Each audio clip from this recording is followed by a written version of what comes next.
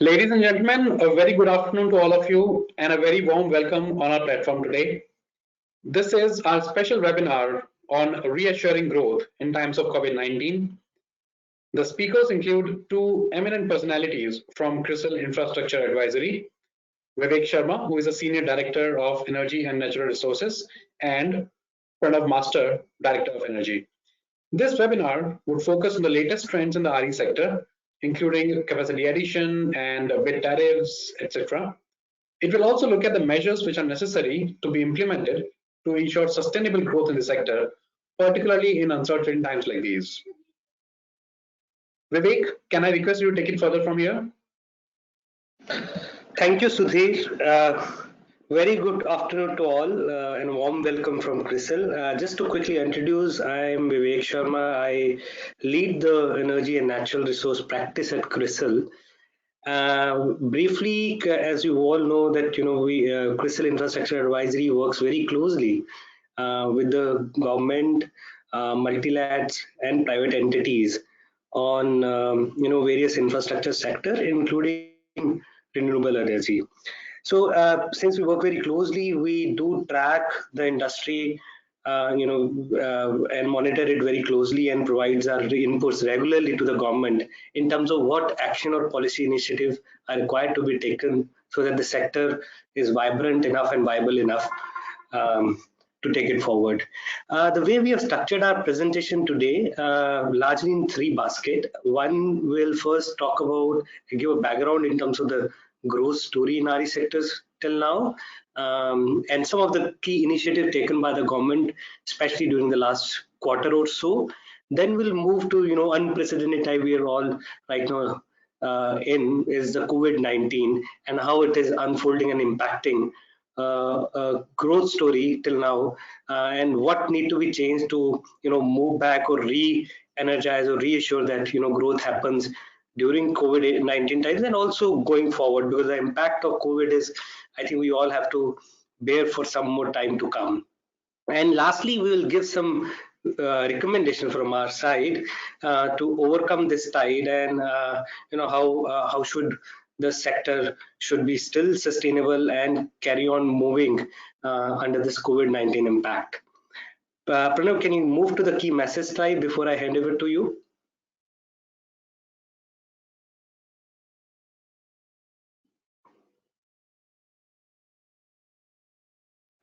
So as I mentioned, in terms of key messages which you'll get from the presentation, and then I'll hand over to Pranav, who looks after and is director for renewable energy practice. So largely, the first is that we had a phenomenal 2018 in terms of the growth in RE sector. 19 did see a dip in it because of a variety of issues which sector faced, and largely we have been advocating to address those issues, which were including the tariff caps, which was a constraint. Also, we wanted a more tighter payment security to come from distribution entities, and possibility of trap-out agreement and a third-party sales.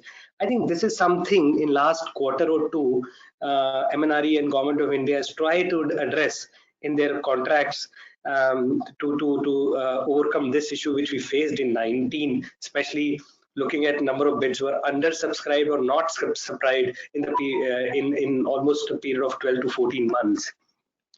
Having said that, I think the government has taken an initiative, and these things now you will see as is something which they have notified. There is a removal of tariff cap, payment security through LC mechanism is there. Even though we would still say, and I will talk about this in greater detail later on, that timely implementation and enforceability would be critical of these, some of the initiatives which have taken. And especially also I want to highlight and buttress on this setting up of RE Investment Promotion and Facilitation Board to largely address the land and transmission issues. I think this is something which we need to see how well it gets implemented and enforced. Government also have announced, that they will come up with a 35 gigawatt bidding round. Now, I think that is something we need to see how this move ahead, especially considering the COVID-19 impact, and also how the investors themselves will be reacting to these bids, because they are also dealing with some difficult times from their existing set of projects which are under construction. Like right now 35 gigawatt is under construction. They have to manage that within the constrained labor, material, and of course financing, which will be critical for all this. So coming specific to the second basket on the COVID-19 impact, we were thinking the gas sector will take a pace before we hit with this in Feb and March. I think the prolonged lockdown will significantly impact not only the economy, but also on the RE sector. We can't avoid that. If I have to look at three aspects where it will get hit, one is that the projects which are under execution, which is around 3 to 4 gigawatt right now, will be disrupted because of module as well as labor availability. Both are critical for a timely execution. I think that will get delayed. However, what we see, this will come under force majeure, but our concern is that this will still be subject to some litigations, and how actually numbers pan out vis-a-vis their tariff bids, and whether that becomes sustainable will be something which need to be closely look at. Second aspect, I think, which will get probably hit, I think financial closure of new projects will become a challenge under this lockdown scenario, and the priorities of the banks will also be reset and recalibrated in times ahead to come. Other concern is that this will be a time when they will require a working capital support, considering also the cash, considering also the fact that discoms timely payment will also be need to be closely looked at, since minister did announce that they have a 3 months moratorium. Later on they said for renewable it should be must run, but I think how it pans out on ground in state by state need to be closely looked at. And related point is that we do also see with the demand dip happened since the lockdown, and if it continues and it spirals with the economic slowdown, the power demand curtailment, the demand reduction will have some degree of curtailment, which potentially renewable energy will face, which they have faced in the past, even though the contracts now say that the curtailment will be compensated 100%. But in the difficult time, how actually on ground this happens will be critical. Therefore, also the sustainability of tariff range will be under question, and it will be contingent on achieving P75 PLS, and also the discounted capital cost which they have assumed. Plus, I will factor in, if you factor in land transmission delay as well as the work delay payment from the discom, overall it will be we have been saying in the past that these tariffs are with razor thin margins, and any iota of change in assumption can make this tariff unsustainable. So overall, in the end, I think what we are largely saying, we are recommending few of the things to address some of the issues. One, we are saying the government has to proactively come ahead and ensure that the contracts entity is maintained, whether through notification or otherwise, ensuring that the discoms pay on time. There is a need for some kind of financing support, particularly for working capital during the difficult times for this quarter or so, and without losing the sight on also continuing with the fresh set of pipeline or tenders, which they said 35 gigawatt will be at the bid stage. I think they need to keep on engaging, because the tendering process itself is long enough, and it should not be stopped in this difficult time. A larger point we are trying to also saying that considering that there's a 80% sector depends on the Chinese module, especially the solar, we do see it's a good time and appropriate time that we should relook at the supply chain in India and provide right necessary support of solar manufacturing in India, which is also resonates with the Make in India kind of a thing. Difficult times might lead to some good opportunities for India to look at. Of course, this will require a significant amount of support from the government, which I think will be critical, considering the overall the security of this will become a critical issue. On the RE sector per se and energy, we have been advocating that we need to have an integrated energy planning. We still feel that there is a mismatch between RE and other related sectors, subsectors in energy sector, which need to be put together, and we need to come up with the RTC kind of a solution, round the clock solution, where RE becomes part and parcel of it. For example, the tenders has to be bundled with gas, tender has to be bundled with hydro, tender has to bundle with storage, and of course with coal, so that you have some integrated approach how the capacity addition in India need to be looked at. Receivables will remain an issue, and I think we did suggest it to the government that if there is a mechanism what we have in MSME of discounted the bills, can this be also implemented so that to avoid any kind of delay in payment. Bond market is something which we are not only saying for RE but also for infrastructure is required. We'll talk about this in greater detail, which includes a credit enhancement facility so that we have a longer term financing with a more cheaper rates. That could really help in improving the financing scenario of the sector. The last point, and I leave it with that, we do say the lenders in also have been little wary in last couple of 1.5 years, looking at the NPA trends in the banks as well as the NBFC crisis. I think the lenders, we need to build the lender confidence, and I think there the investors also have a role to play. Since now the tariff caps are not there, I would say they need to be also go back to the drawing boards in terms of their bid strategy, and they need to be rational in their bids. I think in the past we have seen an aggressive bids in thermal and to an extent in RE.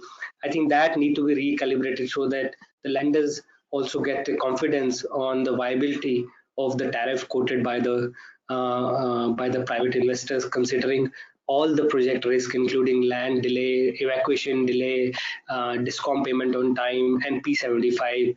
All this need to be included while submitting a right bid. That's from my side in terms of a summary. I'll just hand over to Pranav. He will go into all these three baskets in greater more detail. Pranav, over to you. Yeah, thanks, Vivek. Good afternoon and a very warm welcome to all the participants who joined us today. As Vivek pointed out, in today's presentation, I will take you through in greater detail in terms of the measures that the government has undertaken for the RE sector, along with what our view on the impact is, what is the sustainability of bid tariffs that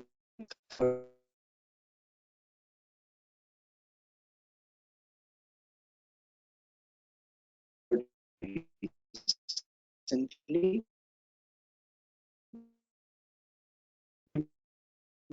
also from the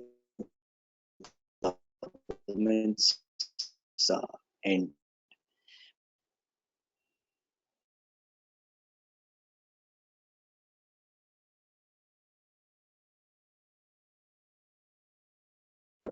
The last 12 to 18 months, several challenges have crept up, resulting in a slowdown in capacity additions. Major factors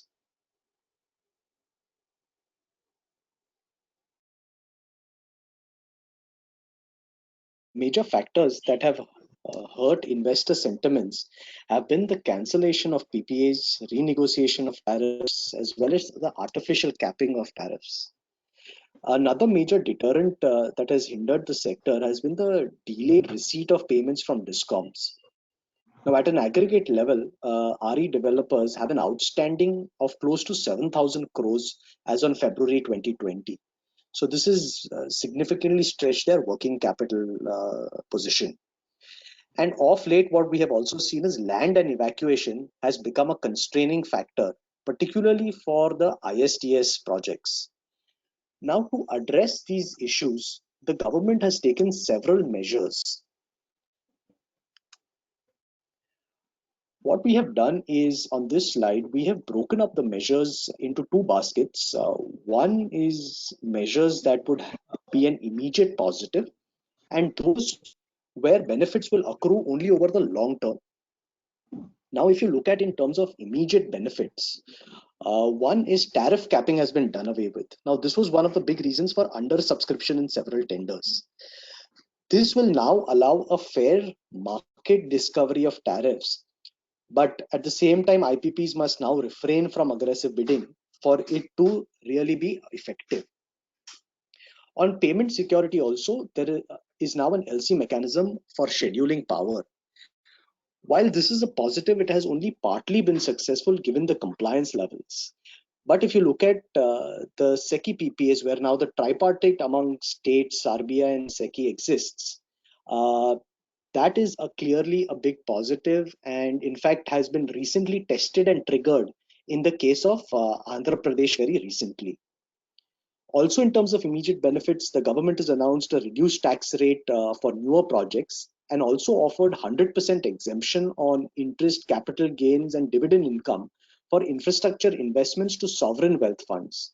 Now, what this essentially does is it will help to attract patient capital into the sector, which is clearly the need of the hour today. As I said, there are also certain measures which would accrue positively over the long term. One clearly is addressing the evacuation issues, and this is the ministry has announced RE zones in key states with ISTS substations aggregating to 66.5 gigawatt. Now, this clearly is a big positives which will ensure adequate evacuation capacity availability. But at the same time, the timely execution of these projects becomes very, very critical. The government is also in the process of setting up an RE promotion and facilitation board. This is mainly to assist on project development, licensing with financial institutions, as well as dispute resolution. Also, RE monitoring centers are being constituted, and this is mainly to schedule and dispatch renewable energy, which in turn would help to reduce curtailment. So, if you look at in a nutshell, there have been several favorable measures across operations, execution, as well as financial aspects of the renewable energy sector. Now, if you couple these measures that the government has taken with the fact that there are already about 35 gigawatt of renewable energy capacities under construction and 34 gigawatt which are under different bidding stages as on March 20, it essentially implies that the sector is poised for fairly reasonable growth going forward. Obviously, this is going to be contingent on market as well as policy level conditions. So that is as of where we stand today. And as we stand today, we are also seeing the impact of COVID-19 already starting to show. So what we have tried to do is try to assess its impact on the sector specifically. As we already know, it is already having a ripple effect across different sectors of the economy, and power is not really been left out. If you look at power demand, it has completely plummeted subsequent to the Janta curfew as well as the complete lockdown.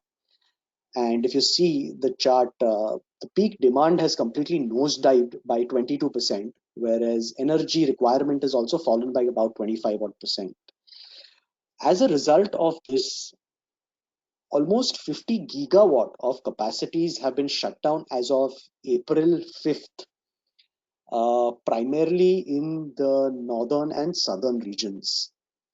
But if you look at renewable energy, the generation over 25th March, over March 21 to 5th April has actually gone up by 12% over the same period last year, which clearly goes to signify that there continues, the must run status continues, RE continues to be off taken given its low share as well as continued government support. But the point that I would like to highlight here is that our concern really is that the drop in demand that has come about is led by commercial and industrial customers. And these are the customers that cross subsidize your loss making customers. And these are the customers that really allow your discoms to stay afloat.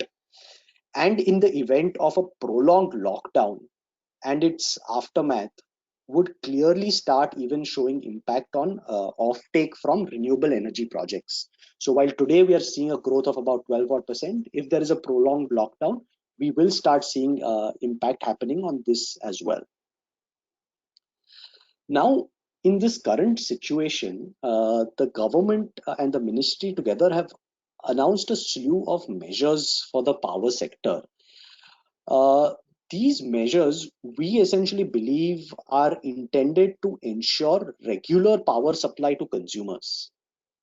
But it could potentially have certain negative implications on IPPs. Um, so, if you look at in terms of some of the negative implications, uh, there is clearly a halving of LC requirement which the government has spoken about. There is a reduced LPS on delayed payment, and there is continuity of supply that is required from the IPP's end, despite delayed payments from discoms. Now, this can have a material impact on the working capital of IPPs who are already saddled with significant receivables. But if you look at on the positive side, there are also certain measures which the government has allowed. The big one really being rescheduling of term loan payments by 3 months. Uh, so that is a big positive where installments would be pushed back. And the second is also deferment of recovery of interest on working capital loans. This is will help them to kind of stay afloat and reduce their fixed cost outgo partially. On the project execution side, also there is a time extension that is allowed for renewable energy projects, considering that force majeure. COVID-19 has been declared under force majeure, but here we'll have to really see that how this pans out on ground, because it is clearly subject to the IPP showing the necessary documentation and proving it, and approval of the same by the implementing agency. So if you look at overall, it's a kind of a mixed bag kind of measures that have been announced so far from an IPP perspective.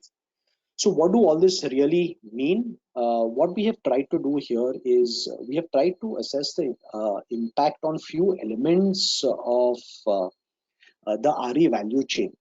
We'll start with operating capacities. If you look at on the operational capacities, as I mentioned, there could be a significant impact on operational capacities if there is a prolonged lockdown.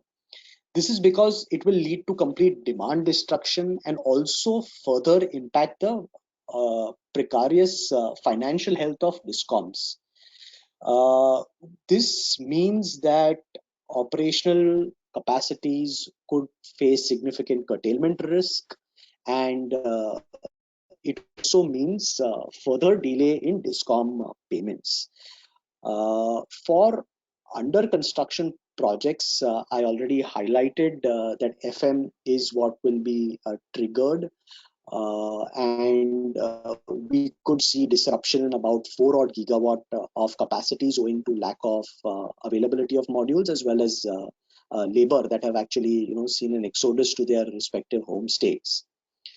But at least penalties is something which may not really get triggered. But here we'll have to really see how things pan out, subject to developers proving that COVID-19 has impacted their under construction projects, and the same is accepted by the respective implementing agencies. So here clearly we would not want to completely rule out any kind of litigations that would happen. Next is on the financing side, we could see certainly some challenges. One is because the financial position of banks and NBFCs would be stretched because of the deferment in loan payment across consumer categories. Second, we could also potentially see that if the lockdown continues, there could be some re-rating in the sector, which means that newer projects could see a delay in financial closure. Borrowing costs could be adjusted due to credit reassessments, and also working capital availability for operational projects could be constrained if covenants that they have agreed to at the stage of lending are breached.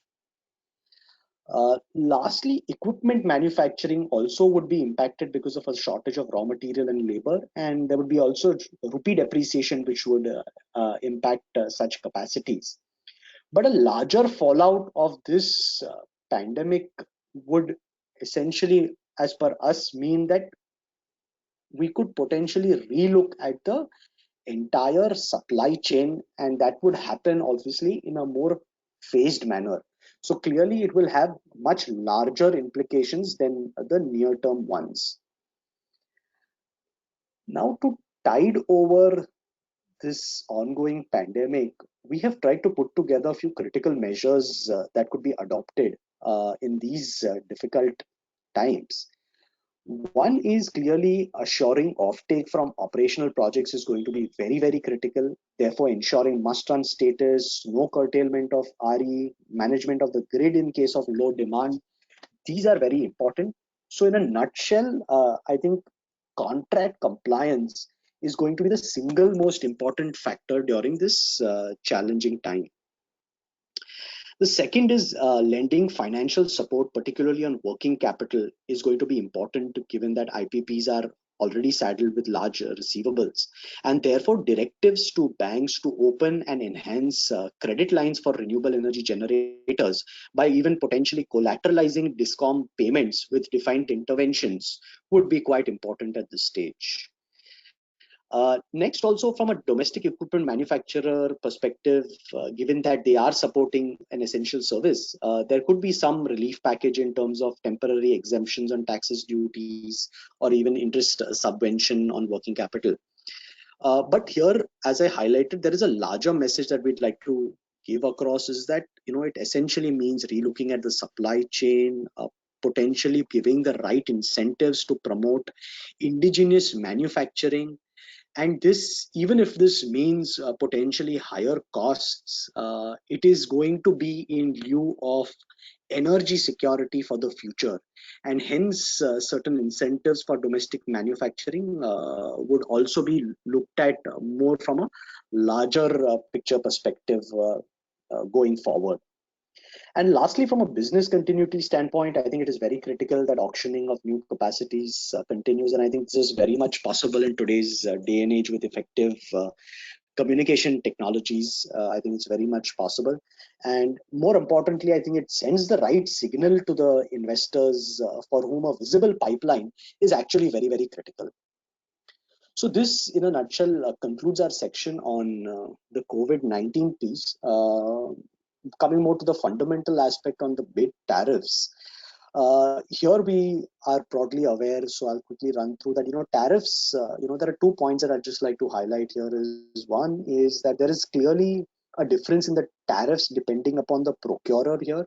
So as you can see in the chart, there is almost a 70 paisa gap between a Gujarat and an Odisha bid. Similarly, there's a almost 20 paisa gap between a Seki and a Gujarat bid. So clearly, procurer is making a significant difference. And secondly, also I would like to highlight is that the trajectory, the downward fall on tariffs, has kind of come to some halt, and tariffs have started to stabilize and firm up. And this is primarily because there are risks emerging due to delayed payments from discoms, land and evacuation issues, as well as limited debt availability at a low cost. So in a nutshell, what I'm trying to say is that while there could always be some maverick bidder that can come out, but by and large, IPPs are building in risks depending upon the specific tender. However, is that pad up enough for the risk that exists today? What we have tried to do is we have tried to assess that the recent bids, as we saw on the previous slide, have ranged between 2.5 to 2.9 rupees per unit. We believe that the bet really is on from IPPs is on achievement of the P75 PLF, also looking at getting a discount on capital costs given larger scale that they are looking at. And in our assessment, basis certain assumptions on key parameters at tariffs of 2.8 rupees per unit for solar power, and at the PLFs of 21%, we could see about 12 to 13% equity IRR. And similarly, on the wind side, if you look at PLFs of 34% and tariffs of 2.8 rupees, we'll generate a similar level of equity IRR. So while a fundamental analysis shows that equity IRRs may not necessarily appear, very, very attractive, whereas today everyone believes that, you must get 15-16% given the cost of capital in India. But what is it that developers are really building in then? So one is clearly building a portfolio historically has gained, importance over returns, and also potentially factoring in an upside at the time of recycling capital could also be factored. Maybe also refinancing of debt at a lower cost, favorable structuring repayment schedule could be another reason. uh, and also, given, like I said, some players are also are in the past we have seen that given the scale they have managed to get some kind of discount on the capital costs, particularly on the solar side. So these are some of the aspects that developers are factoring in, which potentially bumps up the returns that we have analyzed in the tables above. Lastly, we'll move on to some more fundamental aspects like I spoke about. I think it is very critical that for sustained growth in the renewable energy sector, there need to be certain fundamental elements that need to be looked at. So we've tried to summarize the same here. One clearly is an integrated approach for planning is very important, especially given that we are seeing a rising interplay among fuels. And in fact, I would also go to the extent of saying that oil and gas and EVs and the how interplay is happening is also playing a significant role. So really understanding how the load curve is expected to pan out, what its shape is going to be, what are some of the new emerging technologies, including EVs, smart grids, distributed generation. I think basis this, it will be important to plan the relevant mix of fuels going forward, and also appropriately plan the transmission network. So an entire integrated energy level approach is what is really required at this stage, because so far what we have seen historically is that there has been a full hog throttle on a particular source or a particular fuel type, which is clearly not the need of the hour, and a more integrated approach is what is required. Second, a slightly related point is that RE is an informed source of power, and therefore increasingly, if RE is the way to go, I think around the clock solutions should definitely be looked at in a more stronger way. We have already seen some tenders come out on the same, but a far stronger push, and that too a technology neutral push, allowing the respective IPP to select the balancing source or fuel is very important. And we have actually analyzed RTC or round the clock supply solutions, including battery, gas, hydro, and seen how these costs really stack up. And for several states, in fact, firm RE really fits into the almost in the highest quartile of the power purchase cost of discoms. And that is why we believe that going forward, separate tenders for RTC power supply, specifically for renewable energy, is very, very important. Financing, I think, given the capital intensive nature of renewable energy, becomes very important, and therefore facilitation here is critical. There, first and foremost, I think deepening of the bond market becomes important, and this can be done through necessary credit enhancement measures. And like we spoke about earlier, it need not only be for renewable energy, but it can be at a higher infra sector level as well. But nevertheless, either a entity or a fund providing the necessary credit enhancement, which in turn will help to deepen the bond market, is very, very important. Second is also looking at patient capital and development agencies tapping low cost capital from there. But while this is important, it becomes very critical to ensure that projects are adequately prepared or structured, and there is a balanced risk sharing that also exists as part of these projects, which is where and which is what will help to attract that patient and development agency capital. Next is also maybe infrastructure investment trusts is something which renewable energy forms a perfect fit for, and I think that is something which we have not seen so far. And I think this is a vehicle which also needs to be increasingly explored as we go forward. Receivables, I think, is another very sticky issue which has been plaguing the sector in terms of delayed payments, and therefore it needs immediate attention. We believe that considering implementation of a bill discounting mechanism, the way we have it for MSMEs, to receive an upfront payment from investors or banks is something which can be evaluated. And we are saying this that along with this, we must have clearly defined interventions. And these could be in the form of recourse to state government finances or budgetary cut to the concerned state government department, or even relooking at the repayment waterfall for banks if they are subscribing to such kind of bill discounting mechanisms. So such kind of mechanisms or interventions can be adopted along with this bill discounting scheme, which will help to ensure that receivables are cleared in a timely manner. Last but not the least, I think very important, I think building lender confidence is actually very critical, for which I think from a government angle, consistency in policy, bankability of PPAs, and no renegotiation of tariffs and PPAs is what is would be the expectation from the government side. Also, maybe as we expand. Creation of land banks and timely execution of transmission infrastructure becomes very, very important. And last but not the least, again, from a lender confidence point of view, we strongly believe that IPPs would also need to bid rationally, because lenders are becoming cagey and wary of lending otherwise, and at the same time ensuring timely project completion and quality compliance from an IPP perspective becomes very, very critical to rebuild overall lender confidence.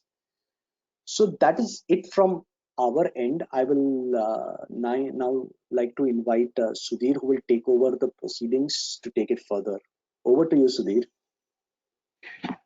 Thanks, Pranav, and thanks, Vivek, also for that really insightful and interesting presentation that we have had on a topic which is so crucial and important. And we have had a list of questions which have come in, and a lot of them are really interesting ones and important ones.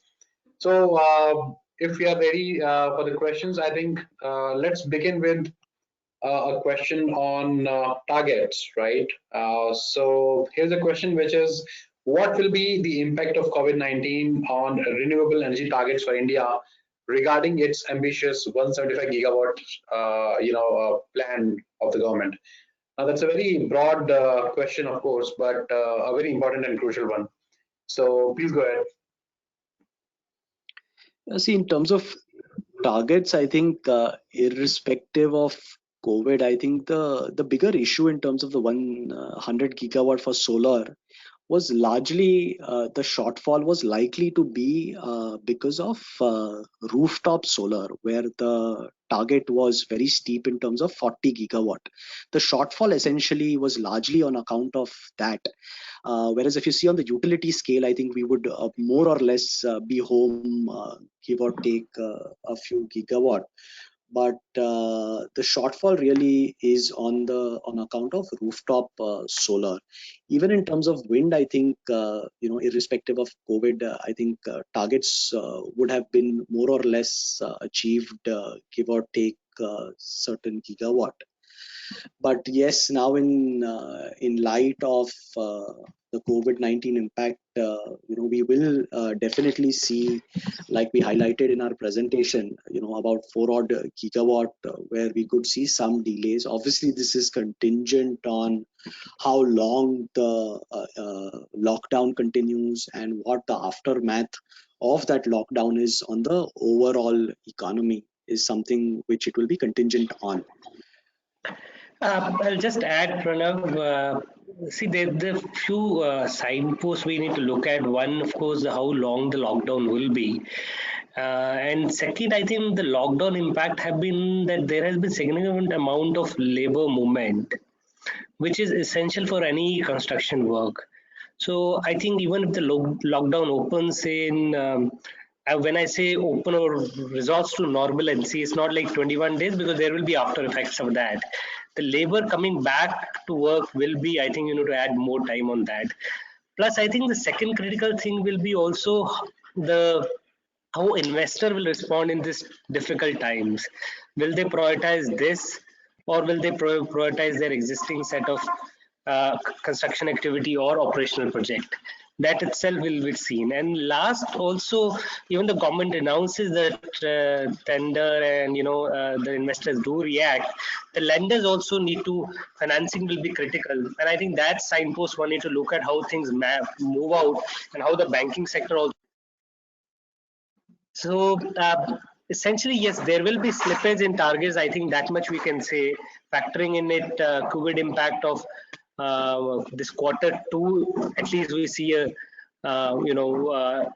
normalcy will not come before this April, May, June sets in, and so there will be an impact which we'll see in 2020 target for sure, and then it gets rippled effect in subsequent year. Yeah, okay.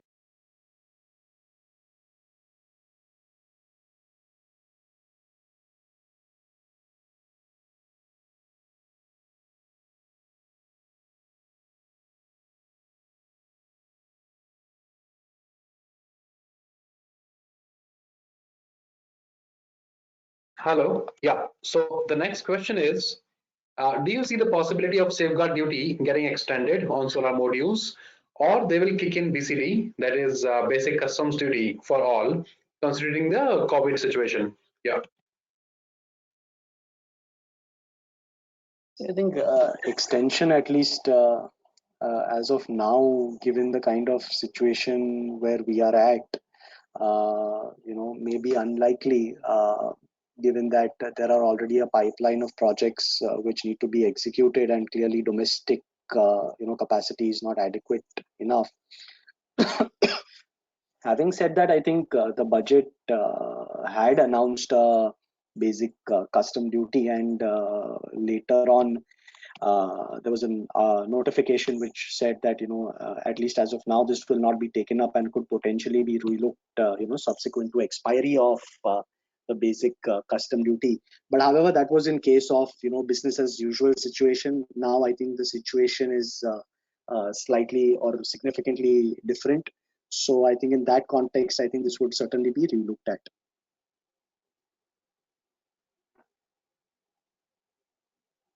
Yeah, okay.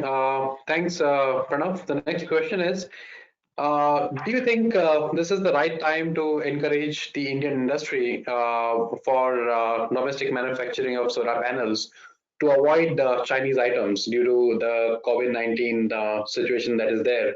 And that's a very relevant question. I think, we have been saying, as a nation for quite some time that we need to boost the domestic manufacturing capacity. But until something like COVID happens, so is that the right trigger? That's perhaps the question. So I think we did covered in our presentation, and did highlighted in the key messages also, that it's probably could be blessing in disguise for the domestic manufacturing. Having said that, I think the cost consideration, especially for domestic manufacturing, will still remain higher than what Chinese modules are. And there, I think the government can come up with a support to improve the domestic manufacturing scenario. So I think we also feel that this is a good time to support the manufacturing as much as possible, to tide over not only the COVID part but also the already laid down. If you see, there was a view that we have to improve the manufacturing in India, whether it is Make in India or the tenders also announced with manufacturing facilities. But I think this is a good time to actually push that agenda far more significantly by providing certain support elements also in terms of interest, subvention, or other things. Pranav, you can add if you want. Yeah, sure. I think we covered this in our presentation, and like I highlighted there as well. I think it's not only in India, but I think potentially it's a shakeout and a message for the entire world and across industries.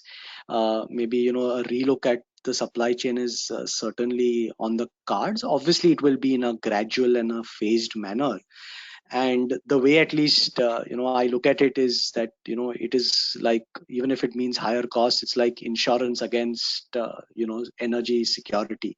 So I think in that light, I think certainly it's a good time and a blessing in disguise, like Vivek said, to shore up your domestic manufacturing capacity with the necessary incentives, because obviously cost implications would be there otherwise. Okay. There is another interesting question, which is what will be the trend of renewable energy bid tariff trajectory post the COVID pandemic? Basically, when the pandemic is over and the entire crisis is over, how will the trajectory look like?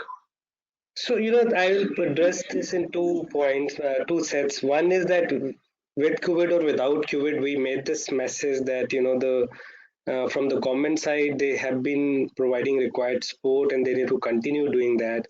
From investor side, I think they need to recalibrate and look at the strategy on the bidding, since now tariff caps are also not there. So razor thin margin is something we don't recommend. We have not recommended earlier also, because we know things are vulnerable to with assumptions on small things like working capital can shave off your returns if Discom don't pay for 6 months. We have done bats. The equity IRR almost gets hit by 1 to 2%. So I think the aggression on bids per se should get rationalized. Maybe there's too much capital chasing too little opportunity. That could be the reason. They have been more aggressive than desirable levels. Now with COVID, I think the reset what will happen is one, um, the if there's a reliance on domestic manufacturing, certainly it'll bump up. You can't avoid that. The costs are high in India.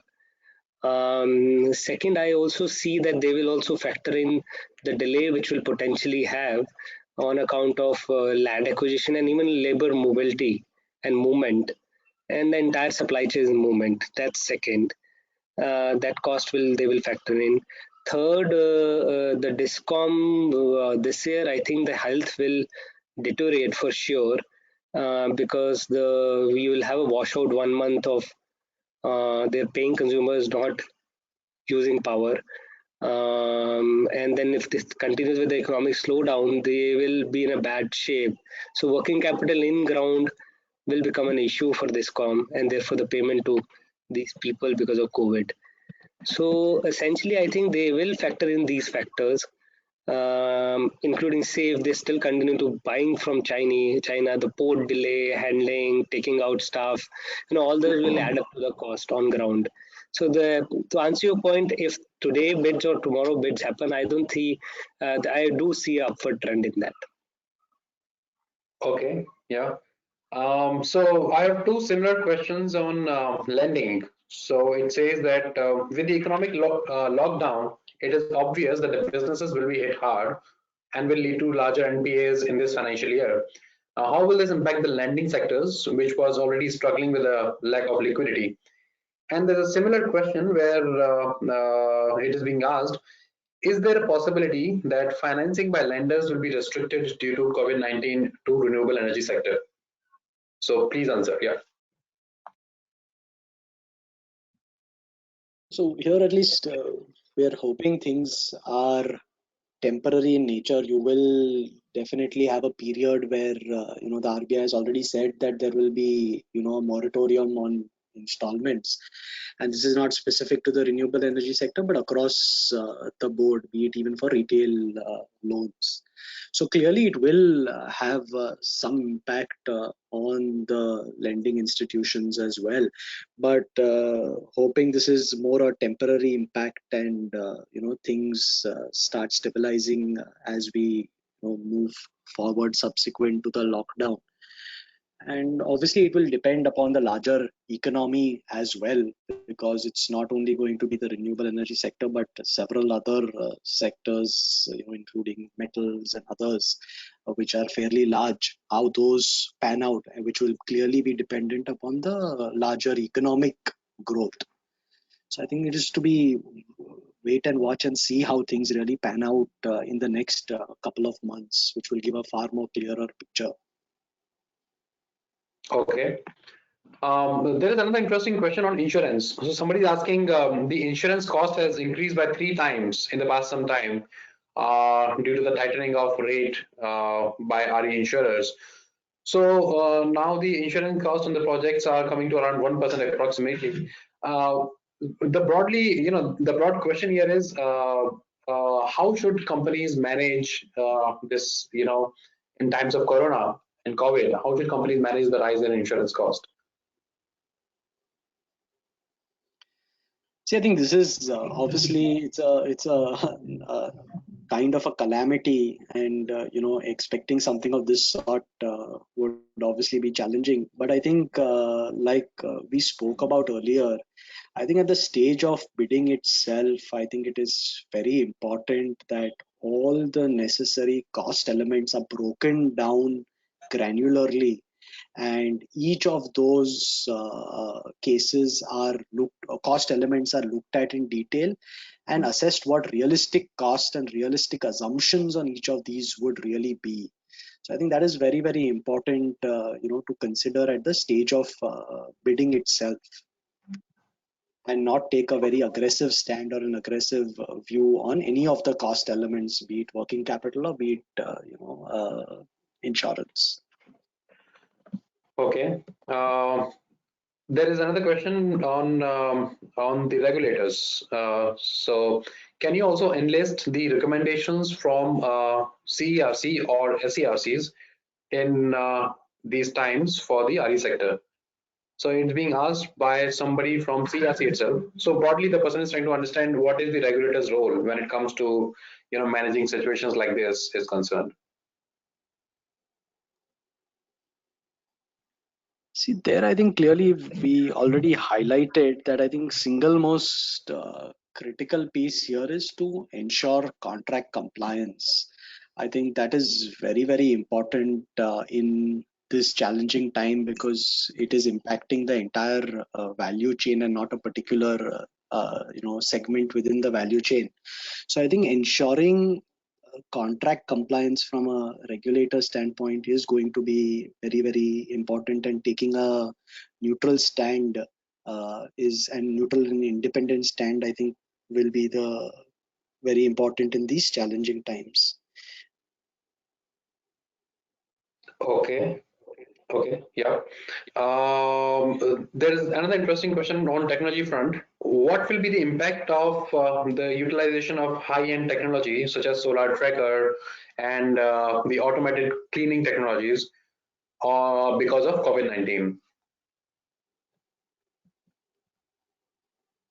I think I'm not sure how that is kind of connected, but I think what could only happen is automation in terms of O&M and cleaning of modules.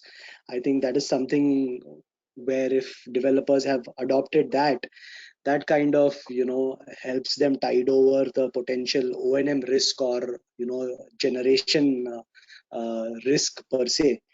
But otherwise, I think trackers, I'm not seeing a real connection to COVID specifically.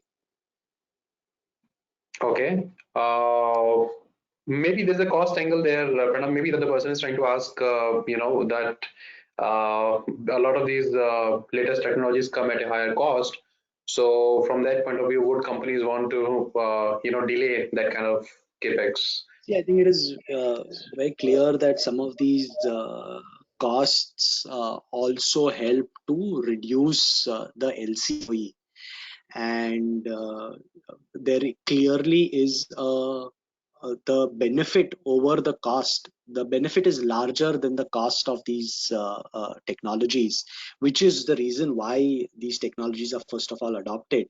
It is only a question in the current COVID phenomena that developers may not want to incur that extra X lakhs per megawatt in the current situation, and rather remain liquid. That is the only potential connection that I see, Okay. which would potentially make some sense, that you stay liquid, and rather than investing in these technologies, while it gives me an upside, but today I'd rather remain liquid in the current challenging times. So yes, it could have some potential impact on adoption Okay. of these technologies. Yeah. Pranav, there are a lot of questions on, I know you have talked about China a lot, but there are a lot of questions where people are trying to understand. Given that COVID-19 is over in China now, when are the supplies from China expected to become normal again? I mean, there is a lack of clarity there, right? Some people say it's a few months. Some people say it can get extended to a larger extent. What's your view? What exactly are we looking at? So there would be a delay for sure, because factories, few of them have started opening out. They're also opening and operating only partially.